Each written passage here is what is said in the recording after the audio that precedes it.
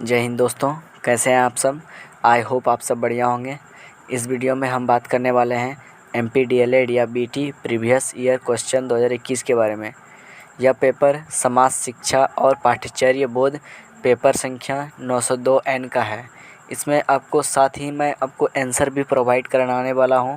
1 से लेकर 20 तक सभी क्वेश्चनों का आंसर भी मैं साथ साथ कराने वाला हूं, तो आप वीडियो को अंत तक ज़रूर देखिएगा। हाँ, हम इससे पहले हमारे चैनल पर न्यू हैं तो चैनल को सब्सक्राइब कर लीजिएगा और बेल आइकन को दबाकर हमारे चैनल को सब्सक्राइब कर लीजिएगा। चलिए वीडियो को शुरू करते हैं। तो आप देख सकते हैं दोस्तों, यह पेपर 902N है जो प्रीवियस ईयर क्वेश्चन 2021 का है, समाज शिक्षा और पाठ्यचर्या बोध।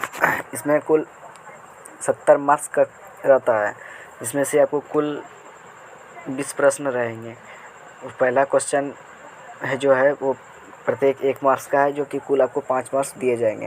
पहला क्वेश्चन का पहला नंबर है, मनुष्य की अंतर्निहित पूर्णता को अभिव्यक्त करना ही शिक्षा है। यह परिभाषा दी थी, किसने दी थी? तो विवेकानंद जी ने दिया था इस परिभाषा को। क्वेश्चन नंबर 2 है, भारत में मानवाधिकार आयोग का गठन किया गया। तो मानवाधिकार आयोग का गठन सन 1993 में किया गया था। क्वेश्चन नंबर 3, मॉन्टेसरी पद्धति की संप्रभुता किसकी है? तो ये जन्मदाता किसका था? तो यह था मारिया मॉन्टेसरी की। और क्वेश्चन नंबर 4, कोठारी आयोग का गठन हुआ। तो कोठारी आयोग का गठन कब हुआ था? 1964 से 1966 में कोठारी आयोग का गठन हुआ था। क्वेश्चन नंबर 5 आपका ज्ञान का प्रकार है। तो ज्ञान के कितने प्रकार होते हैं? ज्ञान के 3 प्रकार होते हैं। पहला प्राथमिक और अनुमानिक और शाब्दिक। अब बात करते हैं क्वेश्चन नंबर 2 की। क्वेश्चन नंबर 2 है आपका, वो प्रत्येक 1 मार्क्स का है, जो कि कुल 5 मार्क्स दिए जाएंगे। तो क्वेश्चन नंबर 2 का पहला नंबर क्वेश्चन है, हाउ वी थिंक के लेखक है। तो हाउ वी थिंक के लेखक कौन थे? जॉन डीवी थे। हाउ वी लिखे के लेखक जॉन डीवी को माना जाता है। बचपन बचाओ आंदोलन के जनक किसे माना जाता है? तो बचपन बचाओ आंदोलन के जनक कैलाश सत्यार्थी को माना जाता है। अब क्वेश्चन नंबर 3, सूचना का अधिकार सन ... में पारित हुआ। तो सूचना का अधिकार राइट टू इन्फॉर्मेशन 2005 में पारित हुआ था। नई शिक्षा नीति का गठन सन ... में हुआ। तो नई शिक्षा नीति यानी NEP न्यू एजुकेशन पॉलिसी जो का गठन हुआ था वो 2020 में हुआ था। अब बात करते हैं क्वेश्चन नंबर 5 की। ज्ञान एक ... वस्तु है। तो ज्ञान एक मूर्त वस्तु है। तो अब बात करते हैं क्वेश्चन नंबर 3 की। क्वेश्चन नंबर 3 है आपका, शिक्षा का शाब्दिक अर्थ है। यह प्रत्येक 1 मार्क्स का है, जो कि 1 वाक्य में आपको ही उत्तर देना है। तो शिक्षा का शाब्दिक अर्थ है, तो शिक्षा शब्द का अर्थ हुआ सीखने सिखाने की क्रिया। अब बात करते हैं क्वेश्चन नंबर 2 की। क्वेश्चन नंबर 2 है आपका, समानता से क्या आशय है। तो समानता का अर्थ यह है कि कोई विशेष अधिकार वाला वर्ग ना रहे और सबको उन्नति और प्रतिष्ठा के समान अवसर प्राप्त हो। अब बात करते हैं क्वेश्चन नंबर 3 की। क्वेश्चन नंबर 3 है आपका, माध्यमिक शिक्षा पुनर्गठन समिति के अध्यक्ष कौन थे? तो माध्यमिक शिक्षा पुनर्गठन समिति के अध्यक्ष डॉक्टर लक्ष्मण स्वामी मुदालियर थे। अब बात करते हैं क्वेश्चन नंबर 4 की। क्वेश्चन नंबर 4 है आपका, क्वेश्चन नंबर 4 आपका है, समाजवाद की परिभाषा लिखिए। तो समाजवाद एक आर्थिक सामाजिक दर्शन है। समाजवादी व्यवस्था में धन संपत्ति का स्वामित्व और वितरण समाज के नियंत्रण के अधीन रहते हैं। अब बात करते हैं क्वेश्चन नंबर 5 की। क्वेश्चन नंबर 5 है आपका, आकलन का मुख्य उद्देश्य क्या है? तो आकलन का मुख्य उद्देश्य बच्चों को सीखने की ज़रूरतों को समझने के लिए उन्हें अपनी दक्षता बढ़ाने में सहायता देना है। अब बात करते हैं क्वेश्चन नंबर 4 की। क्वेश्चन नंबर 4 है आपका, जॉन डीवी के अनुसार शिक्षण विधियों के नाम लिखिए। तो जॉन डीवी के अनुसार शिक्षण विधियाँ निम्नलिखित हैं। तो पहला नंबर है क्रिया द्वारा सीखना, लर्निंग बाय डूइंग जिसे बोलते हैं। और दूसरा है स्वानुभव द्वारा सीखना। तीसरा है प्रयोग द्वारा सीखना। चौथा है अप्रत्यक्ष रूप से योजना विधि। यहाँ से आपका 2 मार्क्स का क्वेश्चन स्टार्ट हो जाता है। अब बात करते हैं क्वेश्चन नंबर 5 की। क्वेश्चन नंबर 5 है आपका, मॉन्टेसरी के शैक्षिक सिद्धांत लिखिए। तो मॉन्टेसरी का शैक्षिक सिद्धांत लिखना है। तो मॉन्टेसरी का शैक्षिक सिद्धांत से स्वतंत्रता का सिद्धांत, मनोवैज्ञानिक का सिद्धांत, सर्व शिक्षा का सिद्धांत, आत्म अनुशासन का सिद्धांत, व्यक्तित्व विकास का सिद्धांत। अब बात करते हैं क्वेश्चन नंबर 6 की। क्वेश्चन नंबर 6 है आपका, शिक्षा के कोई 4 उद्देश्य लिखिए। तो शिक्षा का कोई 4 उद्देश्य लिखना है।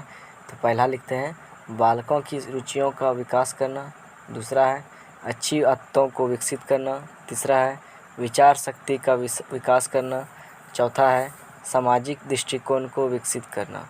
अब बात करते हैं क्वेश्चन नंबर 7 की। क्वेश्चन नंबर 7 है आपका, शिक्षा का अधिकार अधिनियम क्या है। तो शिक्षा का अधिकार अधिनियम यह है शिक्षा का अधिकार अधिनियम, जिसमें संविधान के 86वें संशोधन अधिनियम 2002 के द्वारा 22A जोड़कर शिक्षा को मौलिक अधिकार बना दिया गया है। इसके द्वारा राज्य को यह कर्तव्य दिया गया है कि वह 6 से 14 वर्ष की आयु के सभी बच्चों को निःशुल्क और अनिवार्य शिक्षा प्रदान करेगा। अब बात करते हैं क्वेश्चन नंबर 8 की। क्वेश्चन नंबर 8 है आपका, यशपाल समिति की सिफारिशें लिखिए। तो यशपाल समिति की सिफारिश लिखना है। तो यशपाल समिति की सिफारिशें निम्नलिखित है। पहला है, इसे प्राथमिक कक्षाओं में बच्चों के स्कूल बस्ते का औसतन भार 4 kg लगभग हो। अब ऑप्शन नंबर 2, प्राथमिक स्तर पर विज्ञान की पुस्तकें ना हो। तीसरा पॉइंट, भाषा को जीवन से जोड़कर पढ़ाना। चौथा पॉइंट, गणित को रटने के बजाय समझाना।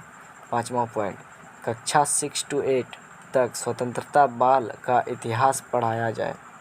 अब बात करते हैं क्वेश्चन नंबर 9 की। क्वेश्चन नंबर 9 है आपका, आकलन की परिभाषा लिखिए।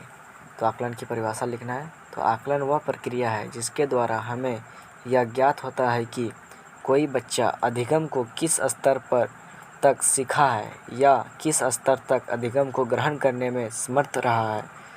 तो अब बात करते हैं क्वेश्चन नंबर 10 की। क्वेश्चन नंबर 10 है आपका, शिक्षा की आवश्यकता एवं महत्व लिखिए। तो शिक्षा की आवश्यकता एवं महत्व लिखना है। तो क्वेश्चन नंबर 10 से आपका 3 मार्क्स का क्वेश्चन स्टार्ट हो जाता है। तो यहाँ से आप स्क्रीनशॉट लेके रख लीजिए, नहीं तो काफ़ी ज़्यादा लंबा वीडियो बन जाएगा। तो आप सब स्क्रीनशॉट ले लीजिए इसका।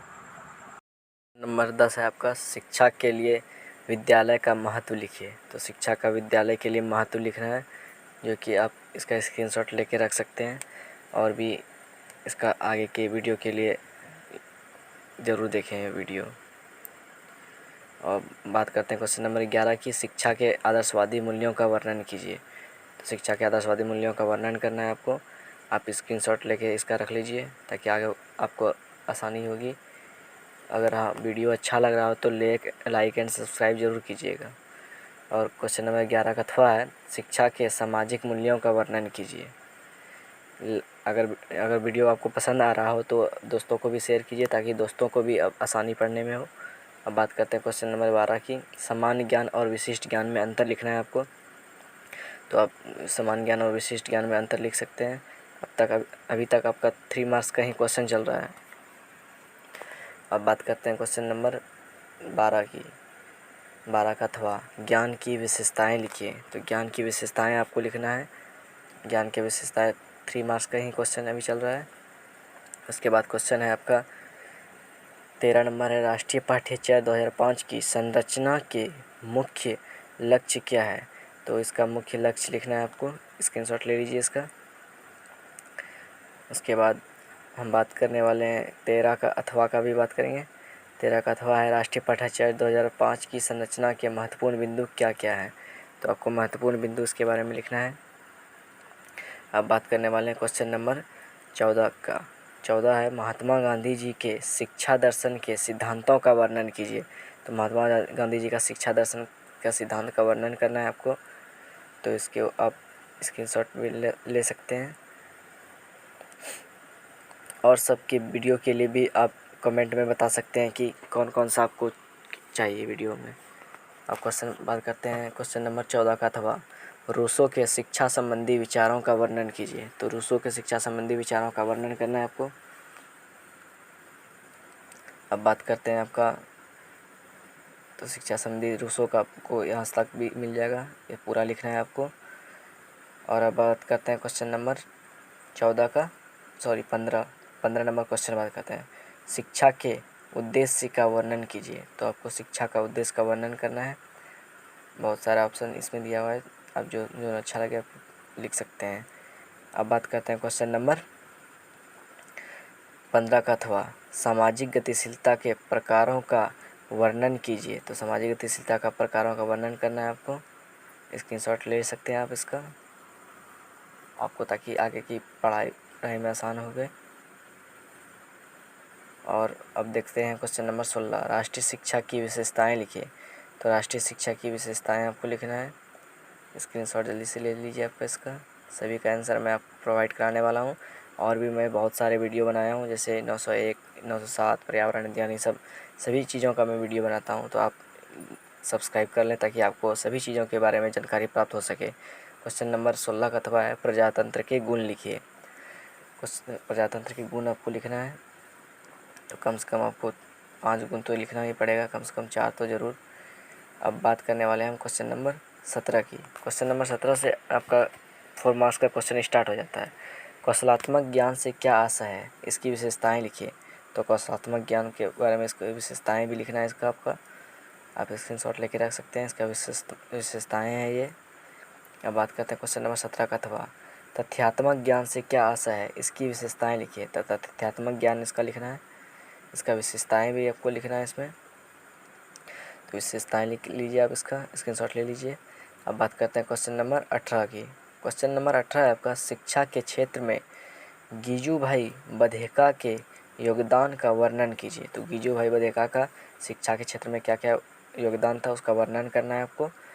उसके बाद देख सकते हैं आप सब दोस्तों। उसके बाद है 19 का अथवा। 19 का अथवा आपका क्वेश्चन नागरिकों के मौलिक अधिकारों का वर्णन कीजिए। तो आप सभी इसको पढ़े होंगे, नागरिकों के मौलिक अधिकार का। तो इसको पूरा आपको अच्छा से इसको विश्लेषण करना होगा।